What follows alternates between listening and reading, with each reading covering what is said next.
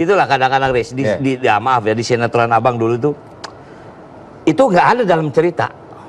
Ucapan itu tuh, ucapan Benyamin tuh nggak ada dalam naskah. Nggak ada skrip. Nggak ada, sekeluar seenak dia aja.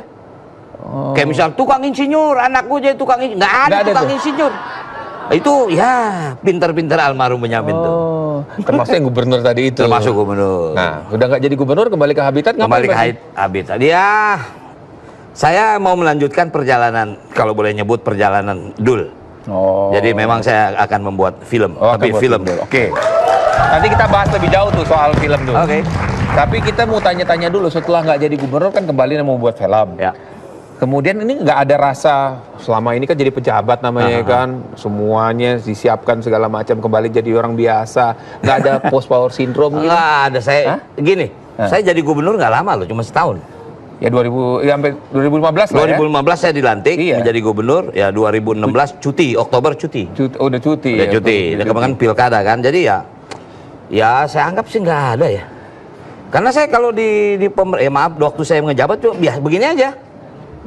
Begini kadang-kadang kalau ada tamu nyanyi. Masih ada waktu. Ya buat tamu. Buat tamu. Jadi ya saya anggap nggak ada post-power syndrome. Nggak ada. Betul. Ya. Kemudian, nah ini seorang Rano Karno yang besar namanya di dunia seni peran, di film, ya kan, Sidul. Tapi kenapa kok ke politik waktu itu? Ini emang agak aneh juga. Saya juga bertanya kenapa sih bisa lari ke politik ya. Cuman kalau saya boleh bercerita, ini yang mengawali karir saya di politik adalah yang namanya Gus Solah. Solahuddin. Oke. Solahuddin Wahid. Beliau mengundang saya ke rumahnya. Beliau memaparkan lah ada sebuah, ya waktu itu lembaga survei internasional. Waktu itu pilkada DKI. 2007. Ya cuman secara realistis waktu itu belum ada dukungan partai kan. Sehingga ya tidak jadilah saya menjadi gubernur DKI waktu itu. Nah kemudian di pilkada Kabupaten Tangerang saya diajak oleh Pak Ismet Iskandar, waktu itu bupati, menjadi wakil bupati. Ya itu sebetulnya saya juga pikir kok bisa lari ke sini. Tapi saya serius loh, Riz. Sangat serius. Karena itu nama saya belakangnya kan Rano Karno SIP. Sarjana ilmu politik. Sarjana ilmu politik. Kuliah bener itu. Jadi cita-cita jangan-jangan mau jadi politikus atau mau jadi apa? Sebetulnya memang kita semua harus berpolitik. Harus. Anak-anak muda harus berpolitik. Walaupun dalam bidang apa-apa. Karena semua ini melalui sebuah perjalanan politis. Saya persempit, misal saya sebagai seniman budayawan, harus ada wakil seniman budayaan di Dewan. Iya, oke. Karena memperjuangkan itu. Iya, gitu.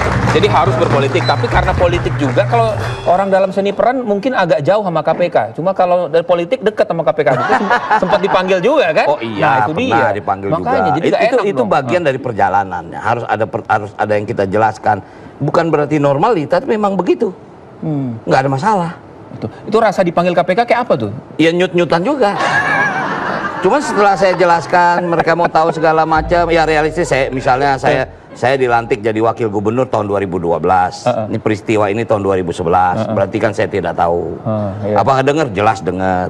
Itu harus kita jelaskan. Ya alhamdulillah berjalan dengan baik. Itu berapa jam dulu? Ingat gak? Katanya kalau dipanggil sana lama kan? Sebetulnya bukan lama wawancaranya, itu interogasi. Lama suruh nunggu. Ntar kita ditanya, pergi, balik lagi setengah jam, tanya lagi, pergi. Itu pala cenut-cenut tuh ya?